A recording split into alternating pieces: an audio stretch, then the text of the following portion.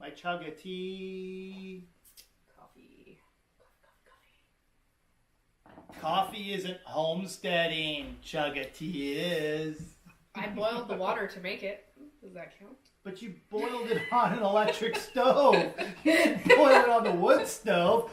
She's a cheater when it comes to homesteading. I like to homestead easy. The dog is whining in the background. If that's all you hear in the video, I'm sorry. She's mad. There's another dog down here. What's up with your hair? I don't know. What do you mean what's up with my hair?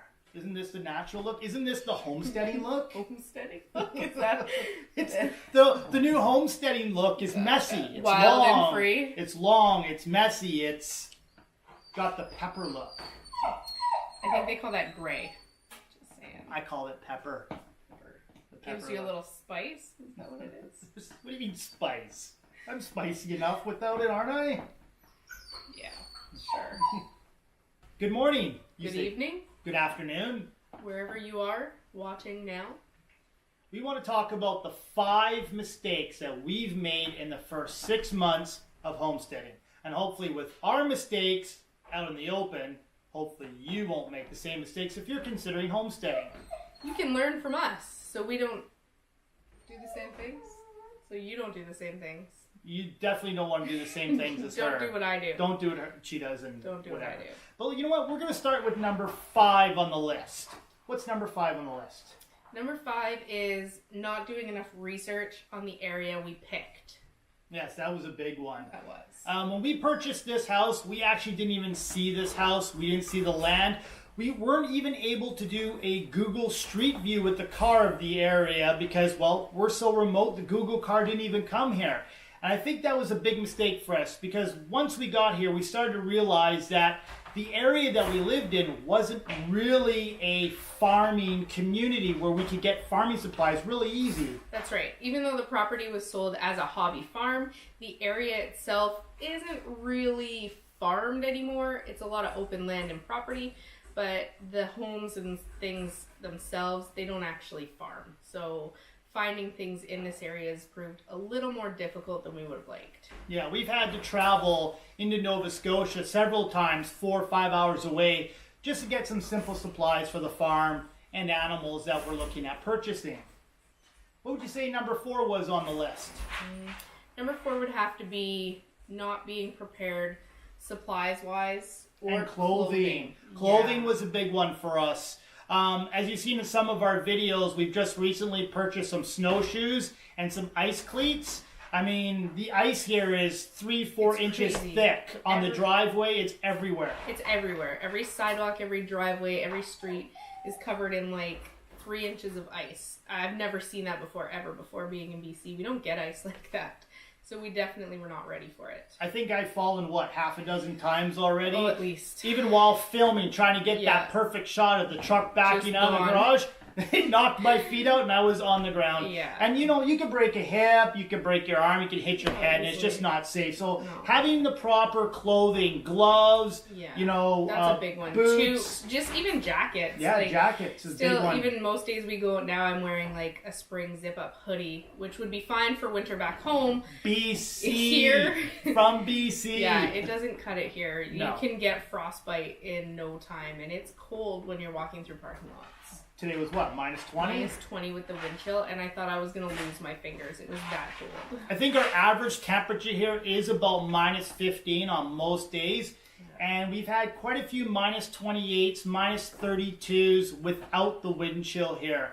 To the point where the doors on our house are frozen. And we Yeah. have to bang them just to open The them. kids can't even open them to let the dogs out in the morning because the Yeah. door is frozen shut. We've had to use pliers to unlock the door in the morning. Yeah. Yeah. What would you say number 3 was on our list?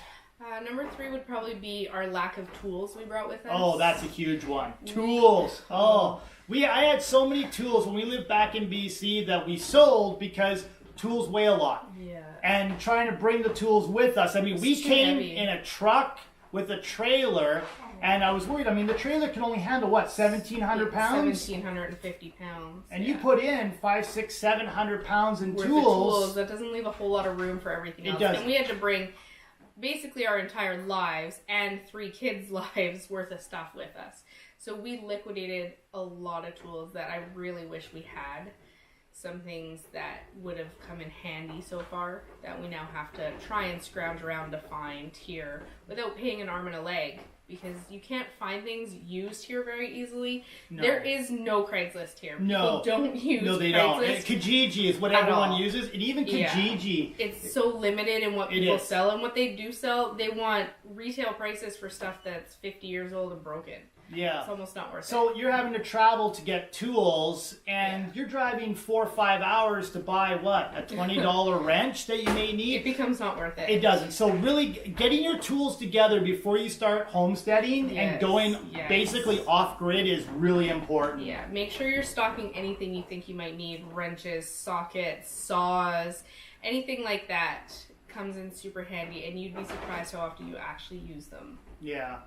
So number 2 on our list, we found this one out quite quickly. We talked about this back in BC, what we wanted to do, but fruit trees. Yeah, this is something we actually planned for, and we were expecting to have in the, I guess, fall time. There's not really seasons here. Yeah, it's winter or summer, that's about it. We got here in September, and it was 30 degrees, and then by the end of October... It was snowing on us. It was snowing on us. And it hasn't stopped. And we called the company, and we ordered some fruit trees in October, figuring they would be here before the first frost in November. We were going to get them in the ground. Yeah, they said their ship dates and delivery dates were November. We thought, perfect, we'll have time before the snow, we can get them in the ground. Well, it turns out every single tree we ordered wasn't included in the November ship date, and they actually don't ship those until the end of March, beginning of April. So that's gonna set us back about a year, because next summer we're not going to get any fruit off these trees. Right. So we're going to be a whole year behind. Yeah, if not 2 years, sometimes 2 to 3 years to start seeing fruit. So we recommend, if you're starting a homestead or a farm, get your fruit trees and bushes in the ground. One thing we were able to get in the ground was our Hascat bushes. If you guys saw the very first video we did, I talked about our Hascat bushes. We were able to plant about 50 Hascat bushes in the ground. So we're really excited to see how those turn out. I mean, right now we're under 3 feet of snow, and you can't even see where the Hascat bushes are. We have no idea what they are doing under there. Hopefully they're still fine. Yeah, I'm hoping they survive. They're a really hardy bush. So let's see if they make it. We'll let you guys know if they actually make it or not. If you want to have a look at the Hascap area that we planted, if you click on the iCard up here, we'll have a link to the first video so you can take a look at kind of the idea. It's still covered in snow, so you can't see all of it, but at least gives you an idea of what we've planted so far. In my first video, I even talk about, I was like, you can see where the pumpkins were planted and all the garlic, and all you see is snow. Just snow, but it's there, we promise. We promise. Springtime, you'll see them. It is underneath that. Yeah. Number 1 on our list. This is the biggest one, and we left the best one for last. Yeah. What's number 1? Our fireplace. Yeah, Our heat source. We experienced a really bad storm. What was it? October? It was. I think no, it must have been November, just after Halloween. About a week before the snowfall, actually. Before the snowfall. Yeah. Where the power was out for almost a week. We're on a well here, so that's run by power. No water. So we had no water for a week. We had no heat for a week. Yeah. And we were debating what type of backup heat source we were going to get. Now, only being here about a month or so, it took a month. Like, once we ordered the fireplace, it was 6 weeks till we were able before to they could actually get it installed. Yeah. So it's definitely something that I wish we had done the first week we got here. But when we got here, it was sunny, it was warm, and it was blue skies every day. Yeah. And we thought, the power's not going to go out. It's beautiful here. When's that going to happen? Lo and behold, the next day, basically. And even the neighbors around here told us, the power never goes out. If it goes out, maybe a couple of hours. Other than that, it hasn't gone out in years. We didn't even think about buying a backup generator. That's another thing you can look at. I mean, for us, we considered a backup generator, but that's just another fuel source that we have to have in jerry cans in the garage. And I'm actually thinking about installing a small battery backup with a solar panel for the water system that we have. Yeah, so that our pump can still work. The kids like to have a flushing toilet. It's hard to tell them, sorry, there's just no water for a week. Get over it. If you get a wood stove, you've got heat and you can cook. And those are probably the two main Those are the main things. ones. If we had the heat, because it was cold, it was still above zero during the day, but -2 at nighttime. It was -2 at night, and that was chilly. Like, the kids were sleeping with toques and gloves and sweaters on. Like, it was really cold. So if we had the fireplace at that time, we would have been fine. We spent the entire week in town because it was so cold at home. And it was very costly. Yeah. So that'd be your number one on the list is heat. Yeah. If you're homesteading, you're going to think about your heat source. That is the very first thing. And of course, along with the heat source is if you get a wood stove, you need wood. And when we got here, there was no wood. Yeah. So there was an old pile out in one of our back fields that probably hadn't been touched in 20 years, maybe. Yeah, I'd just say 20. sitting there under a tarp that we had dragged rotted it away. inside, but it lasted a week? A week, because it was so dry that it burned nothing, basically. Currently, we are still struggling with the wood. I mean, we could order a couple cords of wood and have it dropped in the driveway, but that's an expense that we don't want to have. That's right. So as you've seen in a lot of the other videos, I've been out there with my utility sled, out in the back, cutting down wet wood. In -15 and 3 feet of snow. And 3 feet of snow. Yeah. It is working. Some days are challenging with the wet wood. I mean, I found a couple pallets laying around that I've been able to cut up to start the fire. And once you get it going, you get the heat going, you throw the wet wood going too. You can keep it going. Like you see behind us, this is wet wood. And that was just cut down like 2 days ago. Yeah, and we got a roaring fire. So I'd say those are the top 5 things that we've done wrong so far that we wanted to share with you guys. Exactly. We're going to be doing a lot more of this in the future. We're going to be doing some Q&A. Yeah, if there's any questions you guys have for the Runamuck family, leave them in the comment box down below, and we'll try and get to every one of them in our next video, and we'll answer any questions you guys have. Definitely. I think the dog wants to go out. You mean, Princess Pooh Eater. Princess Pooh Eater wants to go outside. Yeah. I think she does. But it's cold outside. And they go outside for 2 minutes, and then they bang on the door She and come wants back to eat in. poop. She wants to go out and eat poop. Frozen poop. That's a delicacy in some countries. Did you know that? We'll ship it to that country then. Mm-hmm. Let's have those people come and pick it up. That's That way a I good don't have idea. to clean it up. We have lots of poo in our backyard. Yeah, 3 dogs in a long winter. Yeah.